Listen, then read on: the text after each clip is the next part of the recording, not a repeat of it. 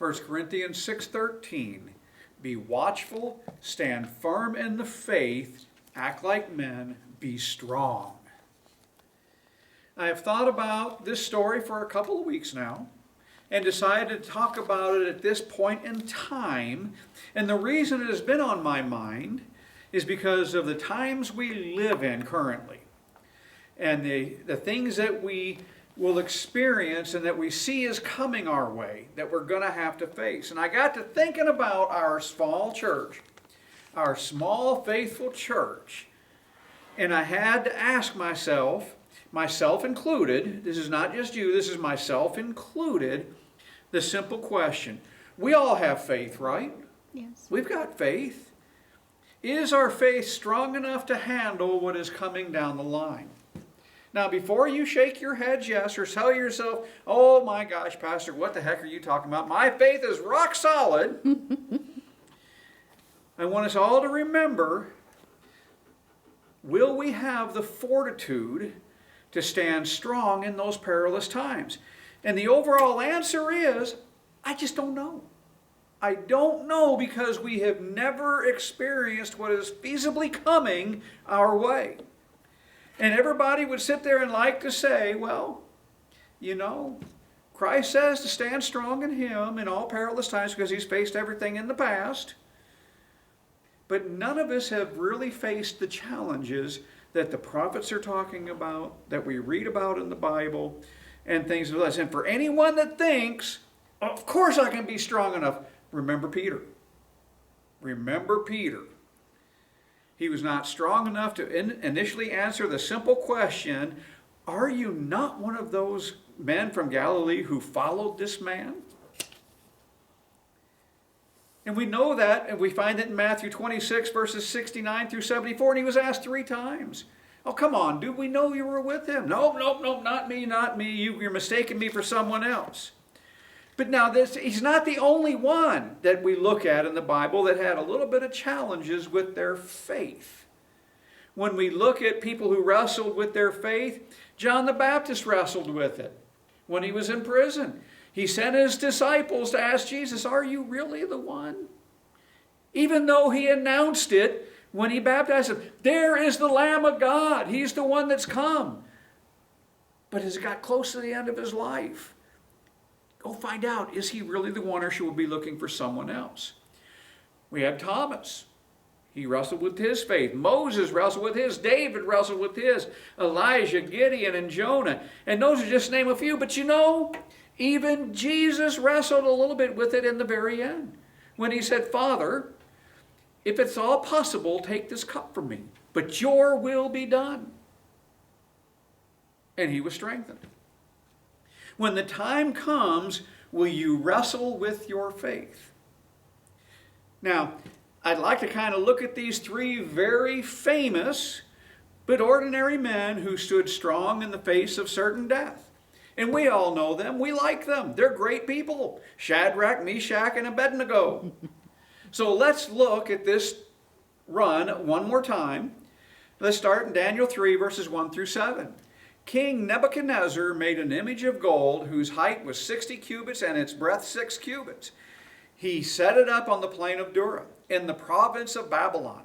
Then King Nebuchadnezzar sent together the satraps, the prefects, and the governors, the counselors, the treasurers, the justices, and the magistrates, and all of the officials of the provinces to come to the dedication of the image that King Nebuchadnezzar had set up. Then the satraps, the prefects, and the governors, the counselors, the treasurers, the justices, the magistrates, and all the officials of the provinces gathered for the dedication of the image that King Nebuchadnezzar had set up. That's always a quick mouthful. And they stood before the image that Nebuchadnezzar had set up, and the herald proclaimed aloud, You are commanded, O peoples, nations, and languages, that when you hear the sound of the horn, pipe, lyre, trigon, harp, bagpipe, and every kind of music, you are to fall down and worship the golden image that King Nebuchadnezzar has set up. And whoever does not fall down and worship shall immediately be cast into a burning fiery furnace. Therefore, as soon as all the peoples heard the sound of the horn, pipe, lyre, trigon, and bagpipe and every kind of music. All the peoples, nations, and languages fell down and worshiped the golden image that King Nebuchadnezzar had set up. Now, we don't really know exactly what the image was. I'm pretty sure it was not that image of him that he had in the dream of that great big giant statue. The image is probably more like what we have in Washington, D.C., that old Washington Monument, because that was being 90 feet tall and 9 feet wide. It's being so large, it's safe to say that it's quite possible that this was a wood structure covered in gold. And that's what it was usually done as a common method of construction in those days for things so big. The demand that all come to the dedication, now that we think about the stuff that we see today, president gets inaugurated, he invites everybody. Come on, I want to have the biggest crowds in the world. Show up. Let's celebrate this event. The only difference is there's not a threat that comes with it. Show up or else. He had this ceremony because he wants to use the worship of this image as a test of allegiance. The command was backed up with a powerful threat. You're going to do this or I'm going to throw you into a fiery furnace. And it's really just like a lot of the politicians, not only as they use it as a religious offense, but they use it as a thing to strengthen their grip on their political power. Think about the things that we have going on in our day today. How often do we have the politicians sticking their fingers where it really doesn't belong? Trying to push us one way or the other to do what they want us to do. Now, the politicians, they are happy to blend together their spiritual allegiance and national allegiance all rolled into one. An example of this was displayed in 1936 when Herr Baldur von Schirach, head of the youth program for Nazi Germany, said, "If we act as true Germans, we act according to the laws of God. Whoever serves Adolf Hitler, the Fuhrer, serves Germany, and whoever serves Germany serves God." That's a tangled web. It's a really messed up thing and a head game. Nebuchadnezzar was not a man who allowed people to be lawbreakers to go unpunished. In an ancient cuneiform writing, Nebuchadnezzar was described as and so devoted to justice that he did not rest night or day. And we kind of get this from reading a little bit about him throughout the book of Daniel. He's kind of weird. He really is. We know that he goes a little crazy because of what God, sets on him. You did this, you're going to go nuts for a while. The document tells of a criminal guilty of a second offense who was decapitated, and he made a statue of his head and hung it up on the wall so that people would remember. This will happen to you if you do not follow the law. Now, this all seems pretty straightforward. Everybody come, when you hear this stuff, fall down and worship. Think about what we're seeing in today's times. Think about that one world order or the cabal and what they're trying to get implemented. And I will use, much to whoever might listen to the message and be, I guess, liberal or whatever. They might find offense at this, but I don't care. Let's use COVID as an example.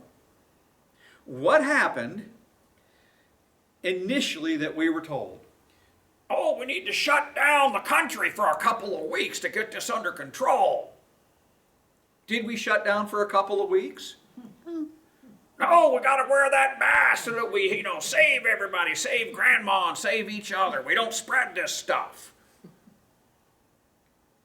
Did that work? No. Did they beat us up when we didn't wear masks? Yeah. What about the same people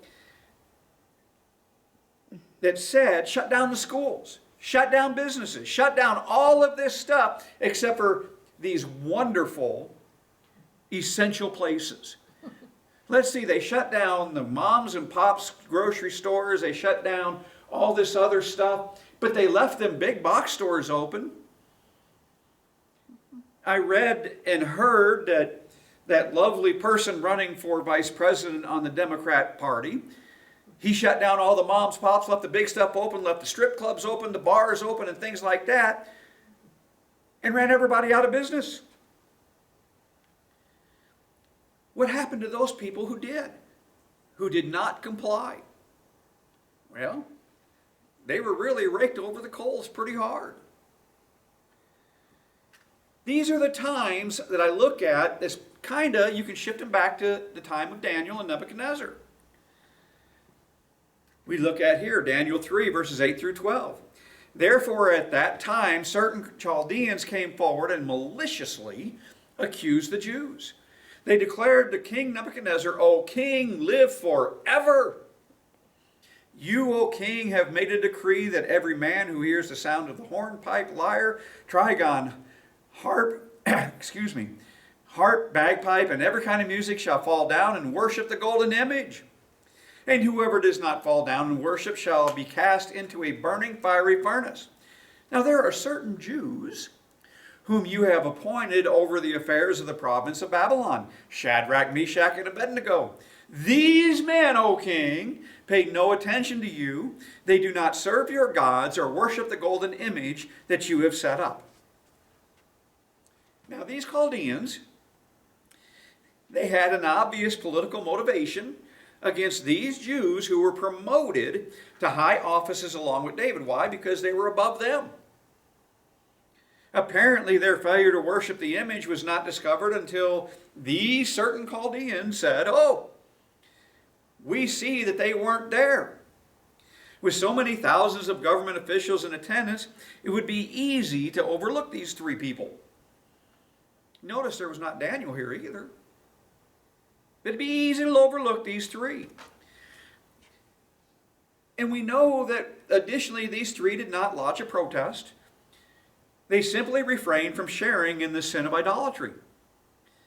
Their actions were not public, but neither were they hidden. These three Hebrew men must have known they would be discovered, yet they obeyed God rather than man. Isn't that what Matthew 5, 14 and 15 tells us? You are the light of the world. A city set on a hill cannot be hidden. Nor do people light a lamp and put it under a basket, but on a stand, and it gives light to all in the house. See, these three guys, they're a shining light in all the darkness of the land of Nebuchadnezzar. They're not hiding themselves. They're making it known. Nope, we're not going to worship this image. How did these certain men know that these three did not worship? Well, obviously they weren't worshiping themselves. They were just pretending. How does that compare with today's times? Think about again, Tim Walz at vice president. During COVID, he wanted people, if you see somebody that's not obeying the laws that I've said, they are there. I said you will do this. If you see somebody not doing it, turn them in. Turn them in. And he was not the only one. He was not the only one. We had folks in California, New York, New Jersey, and Illinois that had similar rules in place. You tell on them neighbors because they are not listening to us higher ups, the people in authority over you. Turn them in, get them arrested. And they did. They arrested them and sent them to jail, those who were disobedient to the ruling class. Many businesses who tried to defy and stay open, they were fined out of existence. Some of them were locked in jail. I remember that gym in New Jersey, and I'm sure you do too. Those wonderful they're huge dudes, worked out all the time. And the governor there put that lock on the door, and they'd go the next morning and cut it off, open it up, and everybody would be, yay, we're lifting weights, yay. And they'd come and they'd arrest them. And they'd lock the door, and they'd get out of jail, and they'd go cut the locks off, and they kept it up. And then they said, well, fine, you don't want them in the building, we'll bring all the gym equipment outside.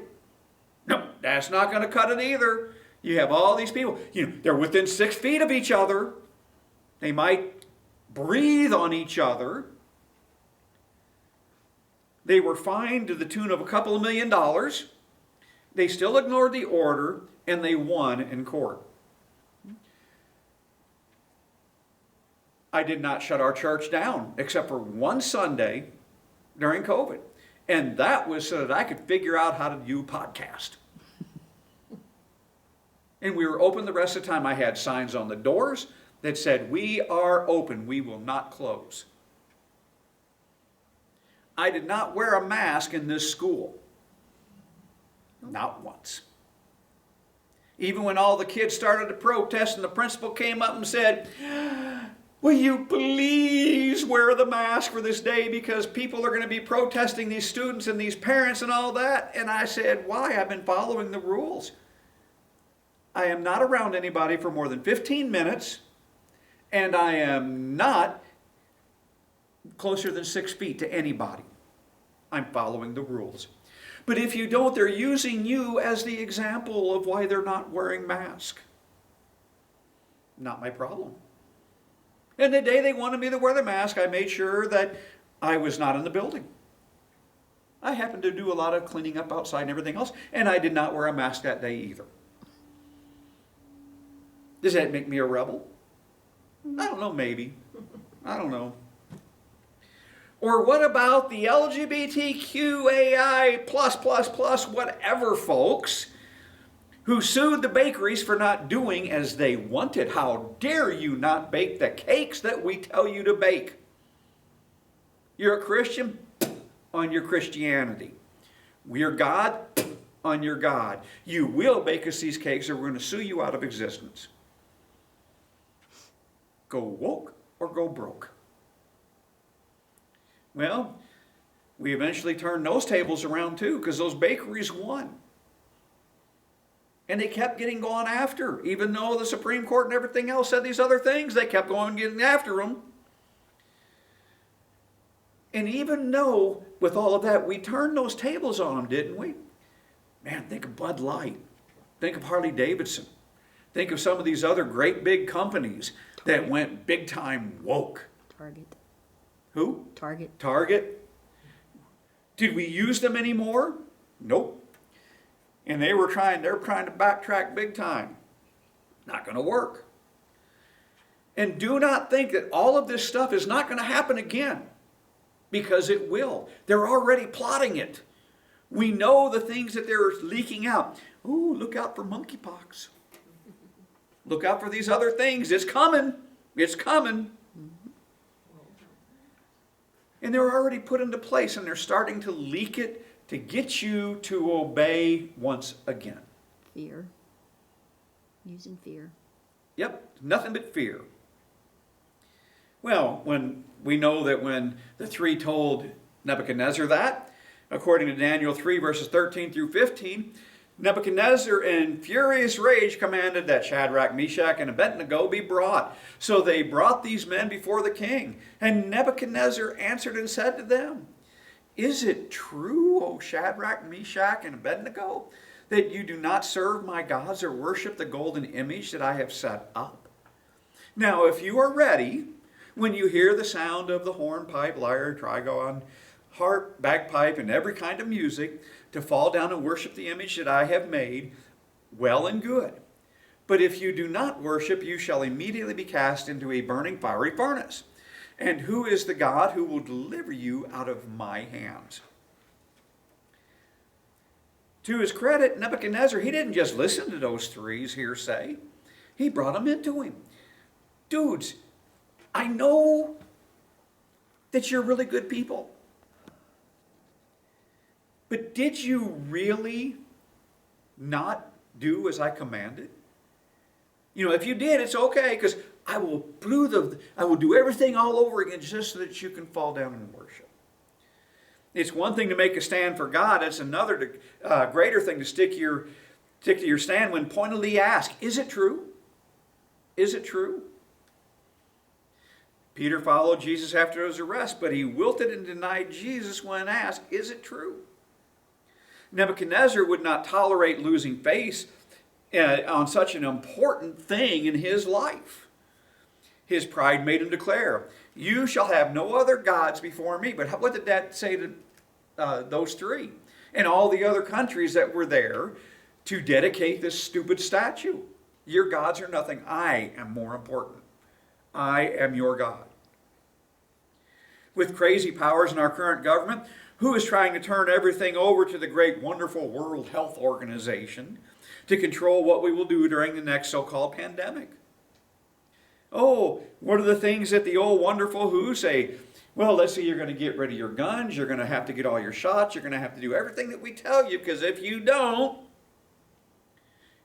bow down and do what we say, we're going to imprison you or worse. Yeah, as far as I'm concerned, who you can go stick it up and blow that horn yourself, because I'm still not going to listen. So Daniel 3:16 through 18 says that Shadrach, Meshach, and Abednego answered and said to the king, O Nebuchadnezzar, we have no need to answer you in this matter. If this be so, our God whom we serve is able to deliver us from the burning fiery furnace, and he will deliver us out of your hand, O king. But if not, be it known to you, O king, that we will not serve your gods or worship the golden image that you have set up. This was really a big thing a handful of years ago when we looked at this passage. And it was that, but if not, that excited a couple of people in the church. These three had no need to defend themselves. None whatsoever. Their guilt in the matter was clear. They clearly said they would not bow down to this image. In this, the Jewish men showed a good understanding and appreciation of God's great power. In fact, they knew that God was able to save them from both the burning fiery furnace and from the hand of Nebuchadnezzar himself. In this, the Jewish men showed that they had a good understanding and an appreciation for being submissive to God. They knew God's power, but they also knew that they must do what was right, even if God did not do what they'd expect or hope him to do. Now, we often complain about our rights and what is fair. And I love that word fair. To me, that is the dirty four-letter F word. Fair. It's not fair. But often it is better to make a stand and endure our difficulty, leaving our fate in God's hands. Job 13:15a. Though he slay me, I will hope in him. They recognize that God's plan might be different from their desires. Now, I have desires of my own. I have wants and wishes. And I pray that God fulfills them. But if he doesn't, I can't turn my back on him. I just can't. In our day, many do love Jesus and think highly of him. Yet they are far from God because they also love what the world has to offer. They love that sin, and they're more interested in their self than they are anything else. 1 John 2:15, do not love the world or the things in this world. If anyone loves the world, the love of the Father is not in him. Now this took great courage for these three to look at the king directly in his face and say, we're not going to worship the gods you put before us. God brought them to this place of great faith by preparing them with tests in less dramatic fashions. We can take as an example. They stood firm when challenged to eat impure foods, right along with Daniel. And they saw God bless their obedience. That gave them courage to obey now, when the stakes were so much higher. They weren't threatened to lose their lives if they didn't eat the nasty food that the king was going to provide. Many fail in their obedience because they wait for something big to test their faith. Oh, this little stuff here is nothing majorly important. I got to wait for God to really hit me with a big thing to test my faith, to see whether I'm going to stand. Some fill their life with many small compromises. Did these three ever compromise? No. What happens when you compromise? You give in. And the people look at you and go, but you gave in on this. It's not that big a deal. You can give in some more on this over here.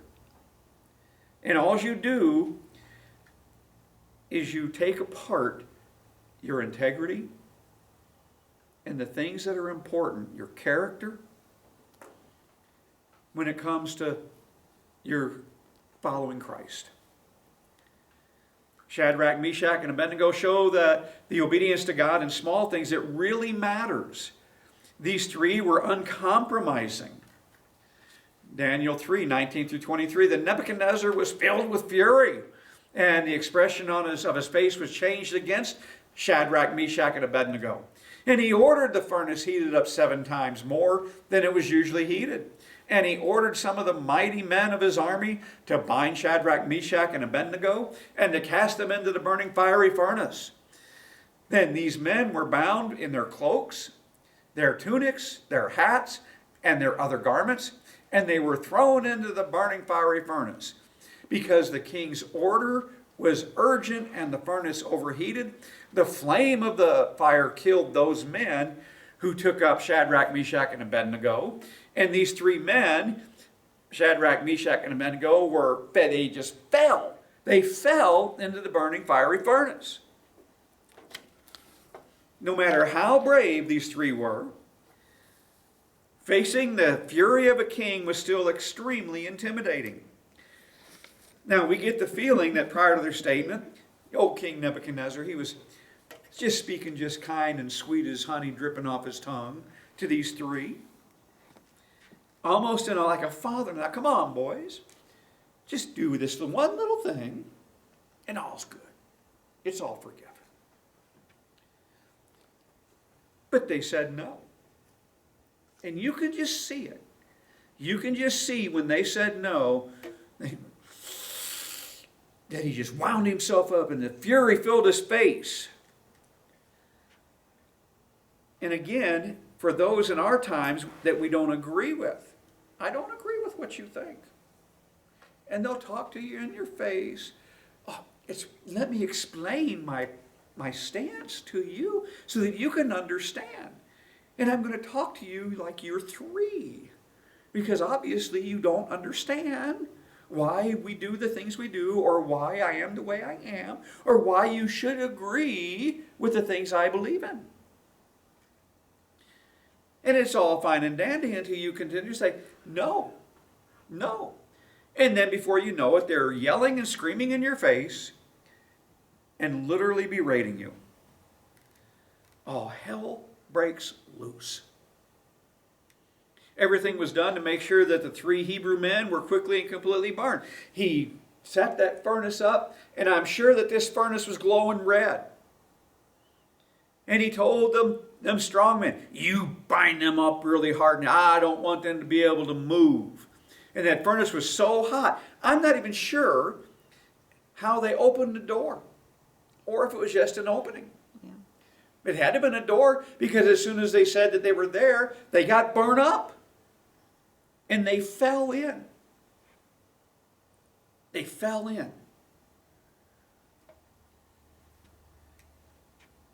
They faced everything so harsh. Daniel 3, 24 and 25 says, then King Nebuchadnezzar was astonished and rose up in haste. And he declared to his counselors, did we not cast 3 men bound into the fire? And they answered and said to the king, true, O king. He answered and said, but I see 4 men unbound and walking in the midst of the fire, and they are not hurt. And the appearance of the 4th is like the son of the gods. The Septuagint says that in Daniel 3:24, that Nebuchadnezzar's attention was caught as he was walking away by singing.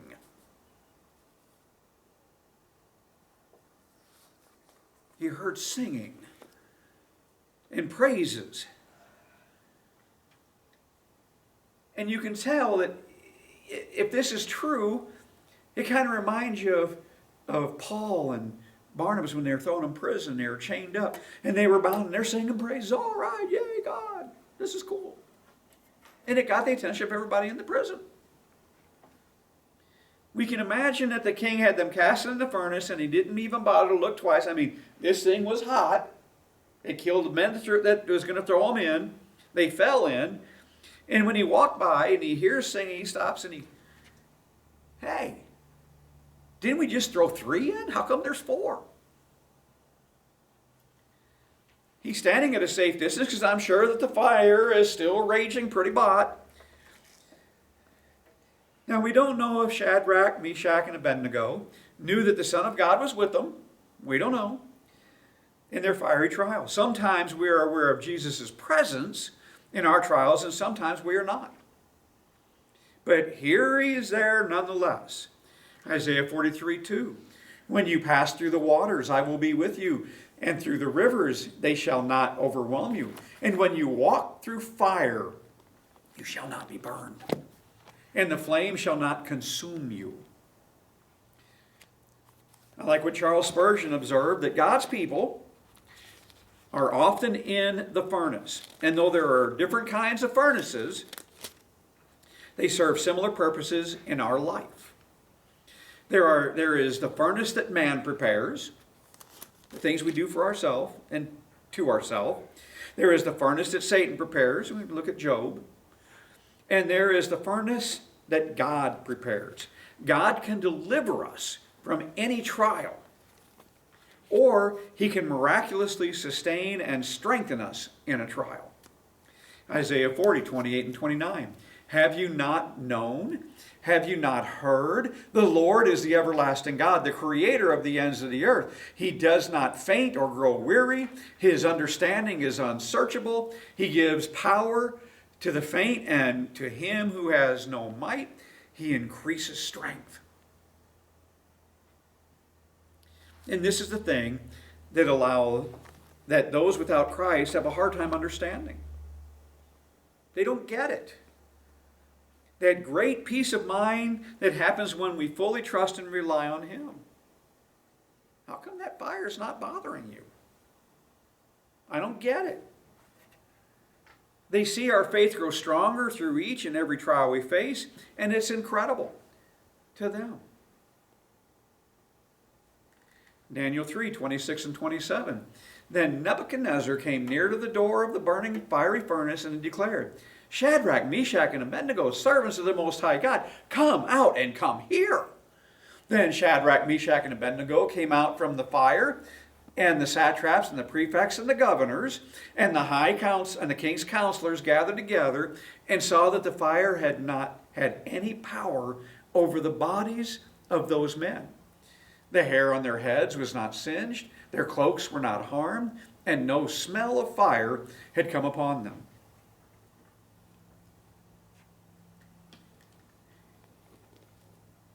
Before they even were called out, he recognized these guys, man, they really serve this high God. He's their God, not mine, but they serve a high God. I mean, these dudes should have been burned up instantly.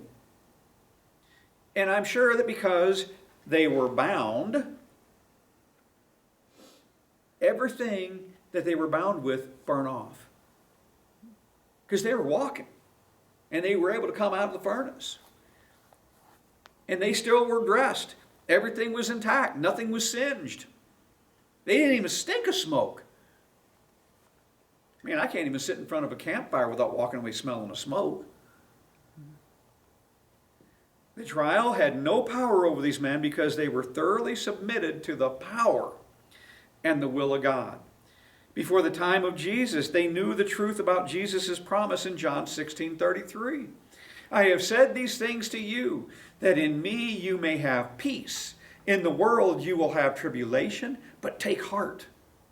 I have overcome the world. This whole account illustrates, perhaps serving as a type of the future of Israel during the Great Tribulation. Nebuchadnezzar is like the Antichrist, who forces the whole world into one religion or idolatry. Nebuchadnezzar's image is like the image described in Revelation 13, that the whole world will be commanded to worship. The fiery furnace is like the Great Tribulation, which will be a great affliction for the Jews. The 3 Hebrew men are like Israel, who will be preserved through the tribulation. The executioners who perished are like those in league with the Antichrist, who Jesus will slay at his return. The mysteriously absent Daniel is like the church, not even present for this time of great tribulation. Do you think that that there will not be evil coming for us believers? Are you ready for it to happen? Is your faith strong enough? Daniel 3:28. Nebuchadnezzar answered and said, "Blessed be the God of Shadrach, Meshach, and Abednego, who has sent his angel and delivered his servants, who trusted in him and set aside the king's command, and yielded up their bodies rather than serve and worship the God except their own God." Nebuchadnezzar gave glory to God, but he recognized this as this great God is not his God. Why not? Why wouldn't it be? He is still the God of these three brave men. In Daniel 3:15, Nebuchadnezzar asked, "Who is the God that will deliver you from my hands?" Now he knew a great deal about this God. He knew. And these three surrendered themselves completely to God, body, soul, and spirit. And it was the kind of submission that Paul writes about in Romans 12:1. I appeal to you, therefore, brothers, by the mercies of God, to present your bodies as a living sacrifice, holy and acceptable to God, which is your spiritual worship. This whole account is a powerful illustration of this principle.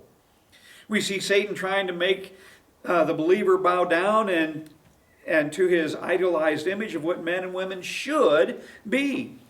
But we Christians we've got to resist this. We've got to be able to say no and mean it, and not be fearful and not be afraid. And to do everything we have to pursue God's ideal. And in this, we fulfill what it tells us in Romans 12:2. Do not be conformed to this world, but be transformed by the renewal of your mind, that by the testing you may discern what is the will of God, what is good and acceptable and perfect. Don't you see this taking place in today's world? Bow down. Do what I'm telling you to do. I am the great, almighty, powerful cabal, the one world order. But we don't need to. We need to have that strength. We need to look back at our lives and go, I experienced this, and God brought me through it, and here's what he taught me. I became stronger in faith. I'm praying on a regular basis, and through prayer, God has strengthened me as I go. God is doing things in my life that give me that courage to know, hey, he's right here with me. He's holding my hand. He's picking me up and dusting me off when I fall and saying, it's okay. You're getting stronger. I'm never gone from you. I'm right here with you. Do everything. Daniel 3:29 and 30. Therefore I make a decree. Any people, nation, or language that speaks anything against the God of Shadrach, Meshach, and Abednego shall be torn limb from limb, and their houses laid in ruins. For there is no other God who is able to rescue in this way. Then the king promoted Shadrach, Meshach, and Abednego in the province of Babylon. He knows. Man, these dudes' God is so strong. There's no other God that could do what we just witnessed. And so therefore, he threatened everybody else. Don't you dare make fun of their God.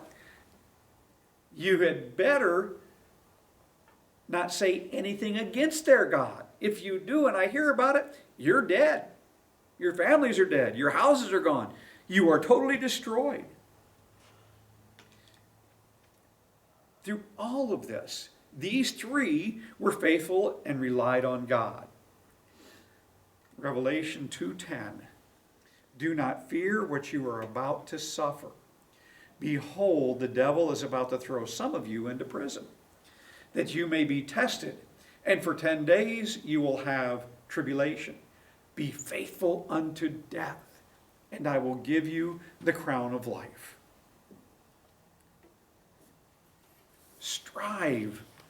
Strive to work the will of God.